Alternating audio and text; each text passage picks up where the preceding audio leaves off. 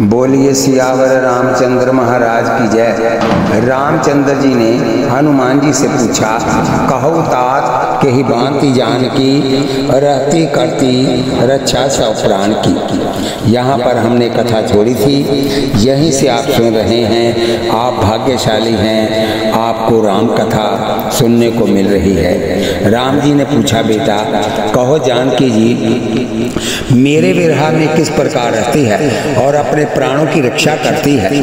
अर्थात कि जानकी जी राम जी के विरह में किस रीति से जीवित रह सकती है। तब हनुमान जी ने कहा, नाम पहारू दिवस निसी ध्यान तुम्हार कपाट लोचन निज पद जंत्रित जाहि प्राण के ही बाट। आपका नाम रात दिन पहरा देने वाला रक्षक है। आपका ध्यान ही बंद कपाट है और नेत्रों को निरंतर आपके चरणों में लगा रखा है। तो फिर प्राण भला कौन से मार्ग से बाहर निकलकर जा सकते हैं। आप पूछ रहे हैं कि सीता जी किस प्रकार जीवित रह सकी है। वियोग विरह में उनके प्राण निकल गए होते, परंतु प्राणों को निकलने का रास्ता ही नहीं मिलता। आपका नाम और ध्यान छूटे तो तुरंत ही उनके प्राण निकल जावें, परंतु आप में उनका ऐसा प्रेम है कि आपका नाम और ध्यान छूटता नहीं। भागवत में गोपी गीत में कथा आती है। गोपियाँ श्री कृष्ण के विरह में जब अत्यंत रुदन करती हैं और कहती हैं, हम तुम्हारी दासी हैं, हम तुम्हारे लिए जीवित रहना चाहती हैं, जबकि श्री कृष्ण कहते हैं, अरे सखियों तुम बातें तो प्रेम की करती हो, परंतु मुझे तुम्हारे प्रेम का एक भी लक्षण दिखाई नहीं देता। यदि तुम्हारा प्रेम सत्य है तो वियोग में तुम किस प्रकार जी सकती हो।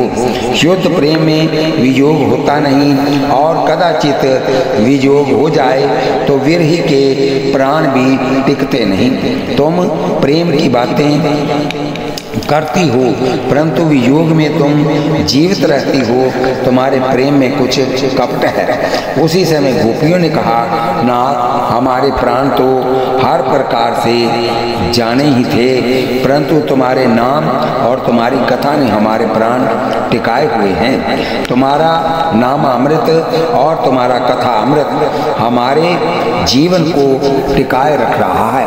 हनुमान जी ने रामचंद्र जी से कहा कि आपके नाम और ध्यान के कारण ही श्री सीता जी के प्राण टिक रहे हैं।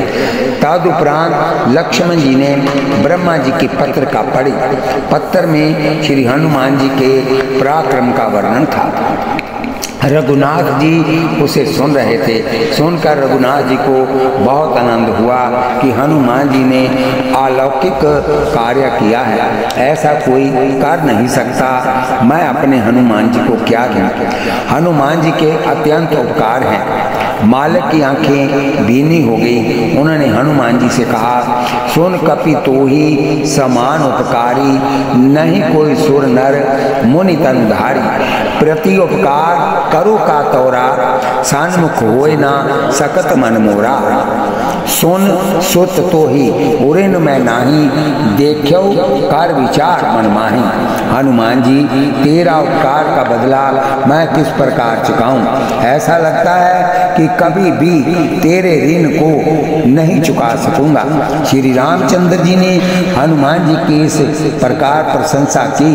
तब हनुमान जी ने कहा, महाराज मैं प्रशंसा के योग्य नहीं, ये तो आपकी कृपा से हुआ है। वानर में अकल ही कितनी होती है, केवल एक वृक्ष से दूसरे वृक्ष पर कूद लगाने की होती है, कूदने की होती है। मेरे पास जो कुछ भी बुद्धि है, शक्ति है, वह आपकी कृपा प्रसादी है। सो सब तब प्रताप रघुराई नाथ न कछु मोर प्रभुताई। हनुमान जी महाराज समुद्र लांघ कर उल्लंघन करके गए। हनुमान जी महाराज समुंदर उल्लंघन करके गए। उन्होंने लंका में राक्षसों का विनाश किया। हनुमान जी को ये सब शक्ति कहाँ से मिली? श्री राम नाम में से ही ये शक्ति मिली है। परमात्मा श्री राम कृपा करते हैं तभी श्री राम नाम में प्रीति होती है। मनुष्य के अनेक जन्मों के इतने पाप हैं कि उसकी राम नाम में प्रीति होती ही नहीं। श्री राम नाम अतिशय सरल है। 12:30-1 बजे यहाँ से घर गया कोई आदमी और 5 बजने के उपरांत आया। उस समय में राम नाम का कितना जप किया। घर जाकर जिमीकंद और आलू का जप किया है।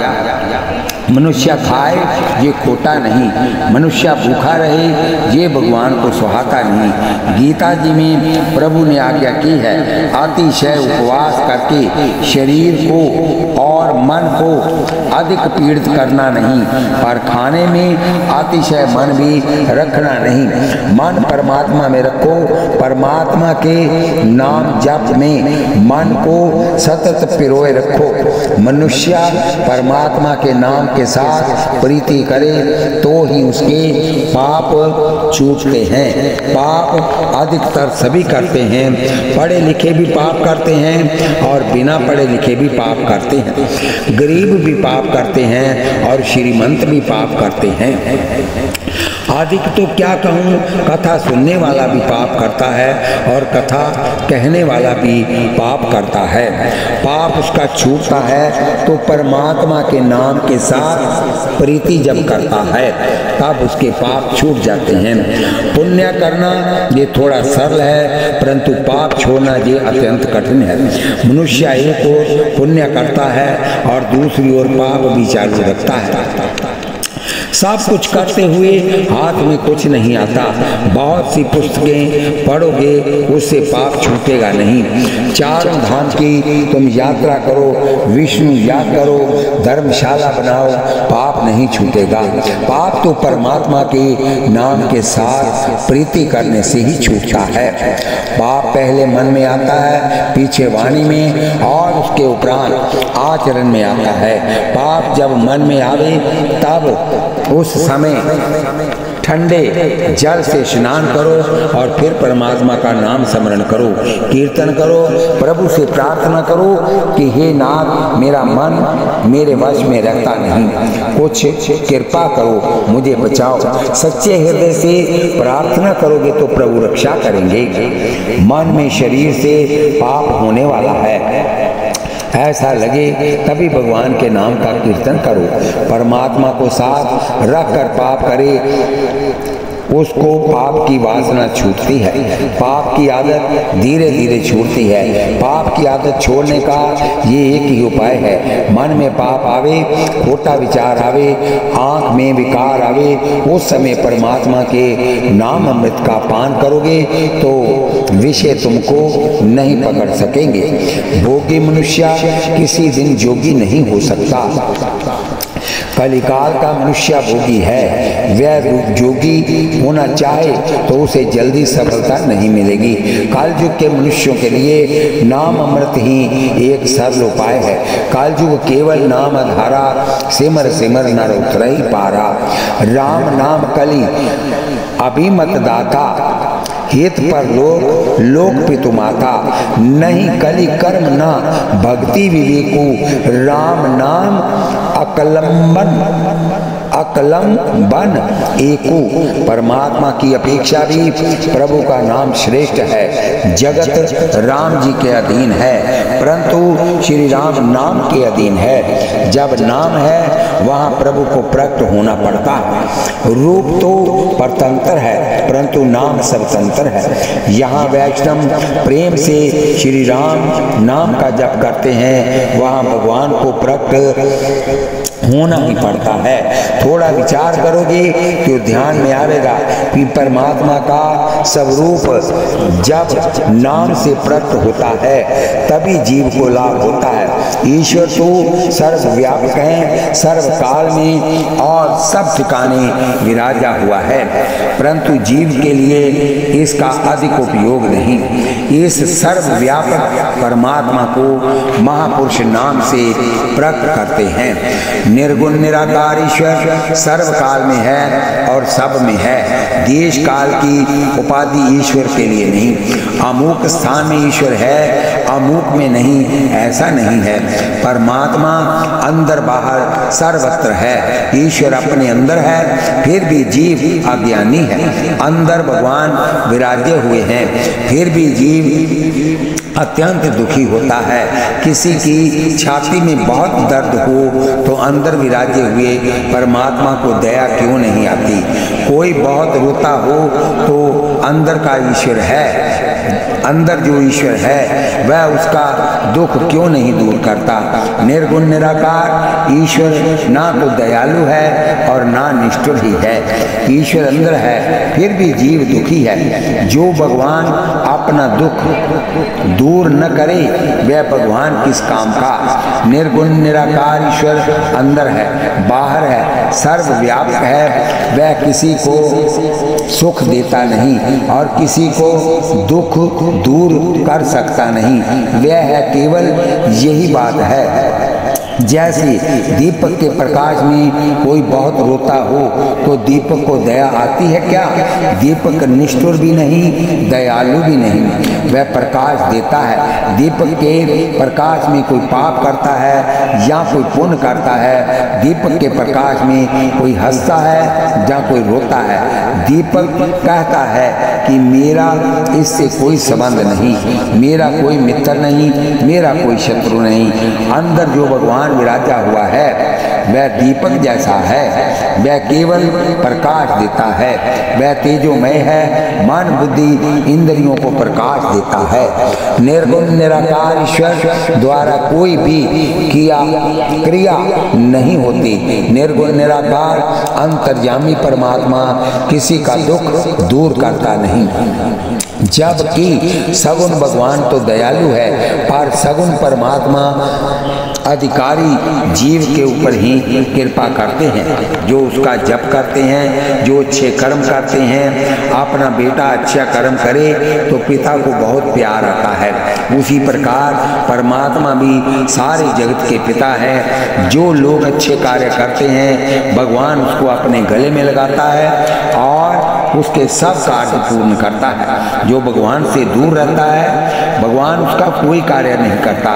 राम जी जब प्रत्यक्ष विराजते थे तब हम भी किसी न किसी स्थान में अवश्य थे और होने पर भी अब वर्तमान में इस भवाटवी में भटक रहे हैं। राम जी का दर्शन अनेक जीवों को हुआ परंतु सब के सब नहीं सुधर गए, सभी को मुक्ति नहीं मिल गई। अधिकारी जीवों को ही राम जी अपनाते हैं। सगुण परमात्मा कृपा तो करते हैं परंतु कृपा करने से पहले थोड़ी कसौटी पर कसते हैं। जब दुनिया भगवान की परीक्षा लेती है तो भगवान भी परीक्षा ले सकता है। भगवान की परीक्षा मेरा बेटा पास हो जाए, 11 रुपए का प्रसाद क्रम बताओ, फीस कितनी दी है, ट्यूशन फीस कितनी दी है, दाखला कितना दिया है, भगवान के लिए केवल 11 रुपए। भगवान ऐसे आपके कर्म कैसे करेगा काम? शेर दो शेर साग खरीदना हो तो बहुत से आदमी पूरा बाजार घूमते हैं। एक साधारण वस्तु भी मनुष्य बिना जांचे नहीं लेता। तब सगुण परमात्मा कृपा करने से पहले थोड़ी परीक्षा तो करता ही है कि ये जीव कितना लायक है कि नहीं है। बोलिए वृंदावन बिहारी लाल की जय। निर्गुण निराकार ईश्वर तो कृपा करता ही नहीं, सगुण परमात्मा जो अधिकारी जीव है उसके ऊपर ही कृपा करते हैं। जबकि श्री राम नाम तो अन अधिकारी को भी अधिकारी बनाता है।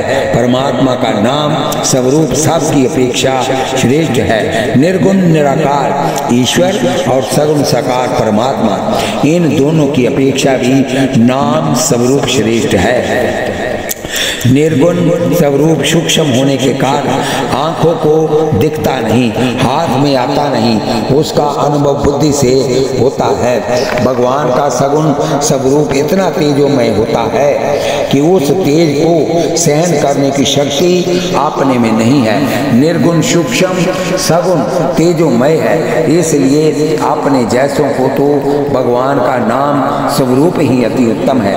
भगवान स्वयं के स्वरूप को छुपा सकते हैं, परंतु अपने नाम को छुपा सकते नहीं। नाम स्वरूप प्रगट है, सुमरिये नाम रूप बिन देखे, आवत हृदय स्नेह विशेषे। नाम रूप गति अप्त कहानी, समझित सुख दिना परती बखानी। आगुण सगुण बिज नाम सुसाखो, उभय परबोधक आतुर दुभाषी। तुलसीदास महाराज तो रामायण में श्री राम नाम को खूब प्रणाम किया है। राम जी ने अहल्या का उद्धार किया, परंतु अहल्या जी लायक थी, श्री राम चरण का स्मरण करती थी। श्री राम नाम दुर्बुद्धि अहल्या का विनाश करता है। ये राम एक तापस्तियतारी, नाम कोटि खल कुमति सुधारी। राम जी ने तो अहल्या का उद्धार किया, परंतु आज हजारों वर्ष हो गए, राम नाम से अनेक जीवों का उद्धार हुआ है। राम जी विराजते थे तब तो बहुत थोड़े जीवों का प्रभु ने कल्याण किया है, जबकि आज प्रत्यक्ष श्री राम नहीं है, परंतु राम नाम का आश्रय ग्रहण करने से तो घने जीवों का जीवन सुधर रहा है। नाम आधारे अमित लग वेद विदित गुणगात। एक बार राजमहल में एक नौकर काम करता था, उसकी नजर राजकन्या के ऊपर पड़ गई। राजकन्या बहुत सुंदर थी। एक बार ही राजकन्या को देखने के बाद वह नौकर अपने मन की शांति रख नहीं सका, उसका मन चंचल हो गया। पूरे दिन वह राजकन्या ही का चिंतन करने लगा, उसको खाना ही अच्छा नहीं लगने लगा, रात को नींद नहीं आती थी। उसकी पत्नी रानी की दासी थी, वह रानी की खास सेवा करती थी, रानी का उसके ऊपर स्नेह भी था। दासी पतिव्रता थी, वह पति देव को दुखी देखकर बारंबार पूछती कि तुम मुझे इस समय उदास क्यों लग रहे हो। पति ने कहा, मेरा दुख दूर कर सके ऐसा कोई नहीं। पत्नी ने पूछा, ऐसा तुमको कौन सा दुख है जो आपका दुख कोई दूर नहीं कर सकता। पत्नी ने कहा, पति ने कहा, राजकन्या मैंने जब से देखी है तभी से मेरा मन हाथ में नहीं रहा। किसी भी प्रकार से राजकन्या मुझे मिले तो ही मैं सुखी हो सकूंगा, परंतु ये संभव ही नहीं। पत्नी को दया आई, उसने कहा मैं युक्ति करूंगी। दासी ने रानी की भारी सेवा करनी आरंभ कर दी, आगे से ज्यादा समय देना शुरू कर दिया और आगे से सेवा भी ज्यादा करने लगी। सेवा में वशीकरण होता है। एक दिन रानी ने दासी से पूछा, आज तू क्यों उदास लग रही है। दासी ने कहा, मैं क्या कहूँ, पति का सुख यही मेरा सुख है, पति का दुख ही मेरा दुख है, मेरे पति देव दुखी हैं। रानी ने पूछा, दुख का कारण क्या है। दासी ने कहा, महारानी जी, कारण कहने में मुझे कुछ बहुत दुख होता है, संकोच होता है, आपसे कहूँ कि ना कहूँ। रानी ने कहा, बिना झिझक के आप बात करो, कोई बात नहीं। और नौकरानी ने कहा, राजकन्या को देखा है तब से उसका मन चंचल हो गया है। जिस दिन से मेरी पति राजकन्या को देख गया है, उसकी ऐसी इच्छा है कि राजकन्या उसको मिल जावे।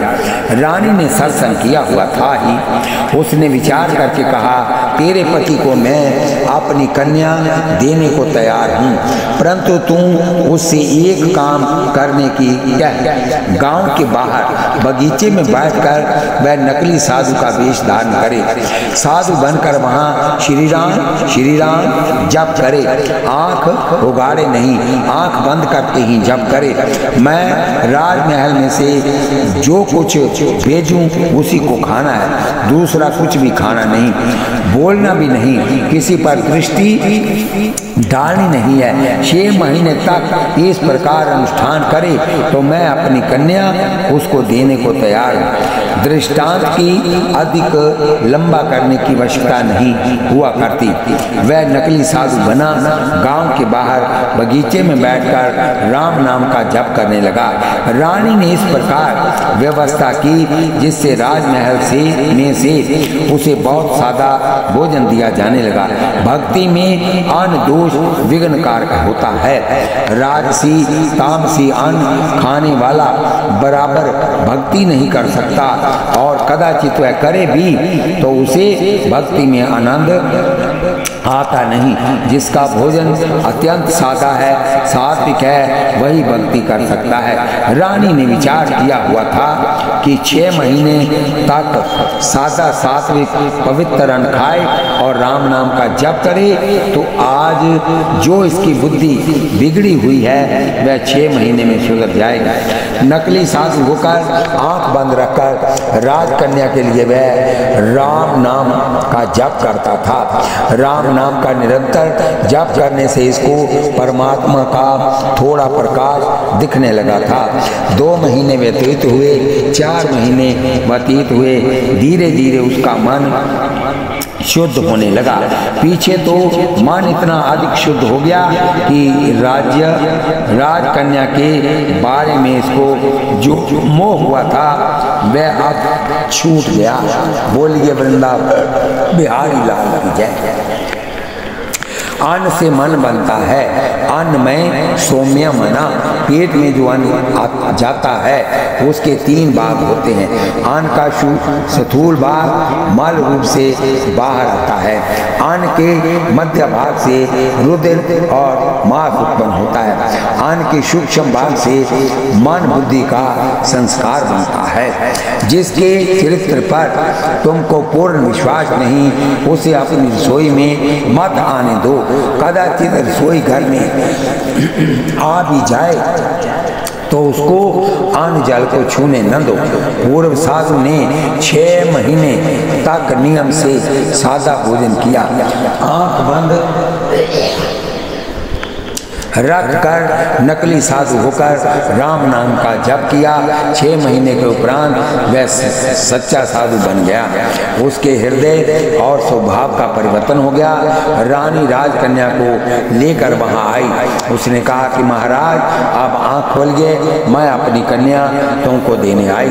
उस व्यक्ति ने कहा अब मुझको देखने की इच्छा होती नहीं कि किसी सुंदर राजकुमार के साथ इसका विवाह कर दो। मैं इसको प्रणाम करता हूँ, मुझसे भूल हुई थी। राम नाम से अनेकों की बुद्धि सुधरती है, दुर्बुद्धि ही राक्षसी है। रामचंद्र जी ने अहल्या का उद्धार किया, इसमें क्या आश्चर्य है। राम नाम अनेक जीवों की दुर्बुद्धि सुधारता है। राम जी की तुलना में भी राम नाम की महिमा विशेष है। श्री राम नाम के साथ प्रीति करोगे तो पाप छूटेगा। श्री राम नाम के साथ प्रीति करोगे तो मन का मैल धुलेगा। 1 पैसा का भी खर्च नहीं है। श्री राम श्री राम श्री राम जप करो, तुम्हारा कल्याण होगा।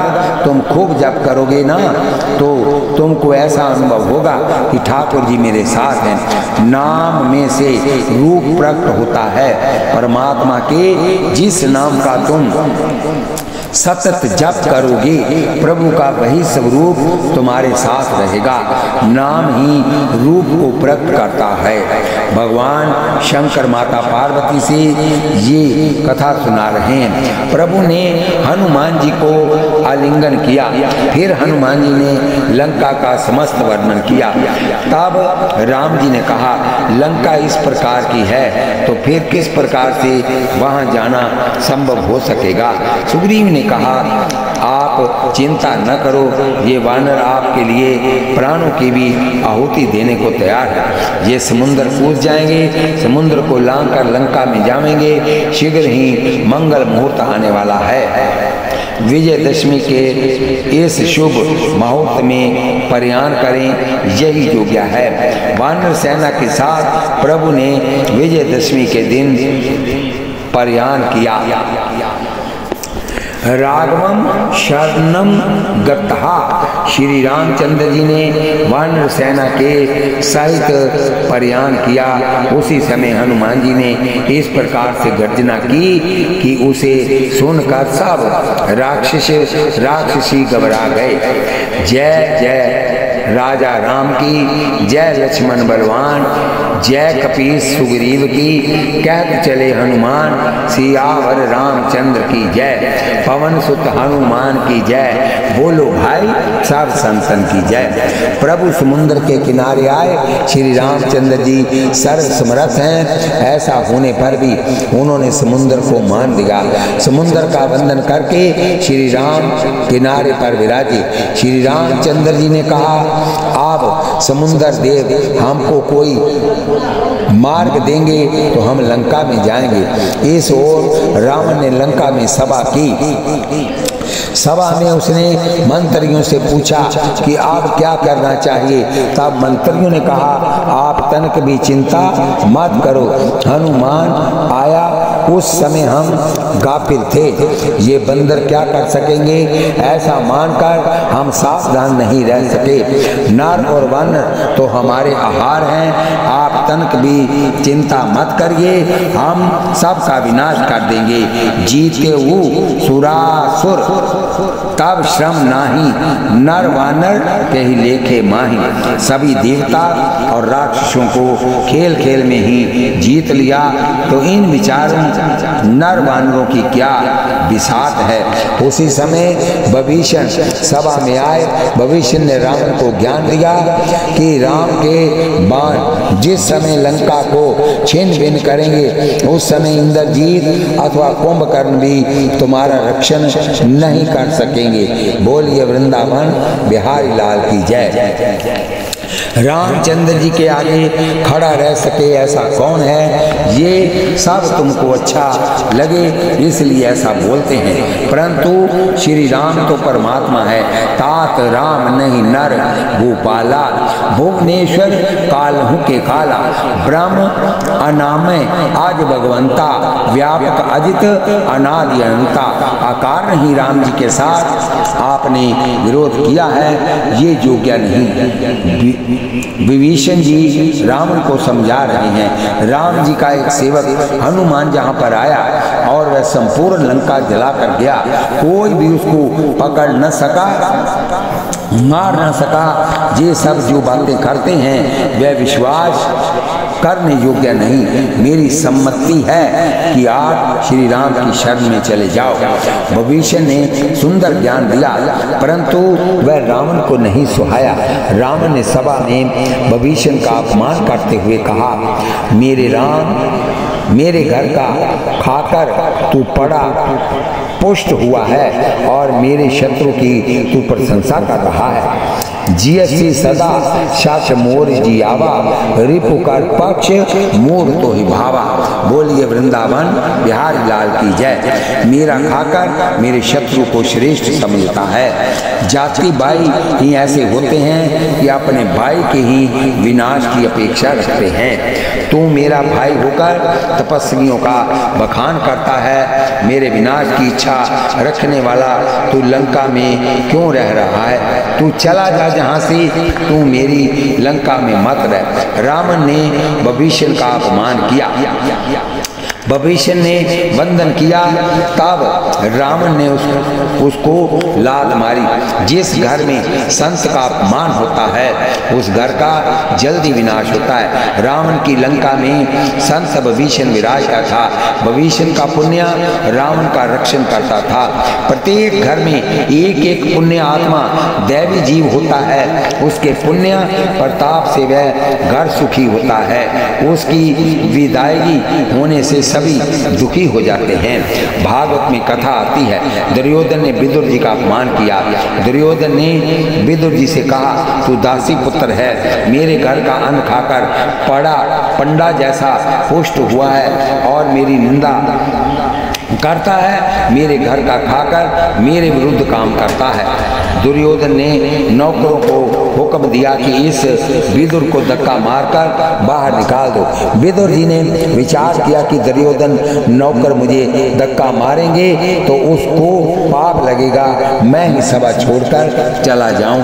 बोलिए वृंदावन बिहारी लाल की जय। कथा को हम यही विश्राम देते हैं। माताएं, बहनें, भाई, बंधु सभी कथा सुने और इस कथा को सब्सक्राइब, लाइक, शेयर करें। शेयर की हुई कथा जहाँ तक जाएगी, जो लोग सुनेंगे उसका आधा फल आपको भी प्राप्त होगा। कथा आधे घंटे की होती है। कथा सुनते वक्त हाथ में माला लें, जीभा से नाम जपें, आंखों से दर्शन करें। एक पंथ दो काज, चलो सखी वहाँ जाइए जहाँ बसत ब्रजराज, गोरस बेचत हरि मिले।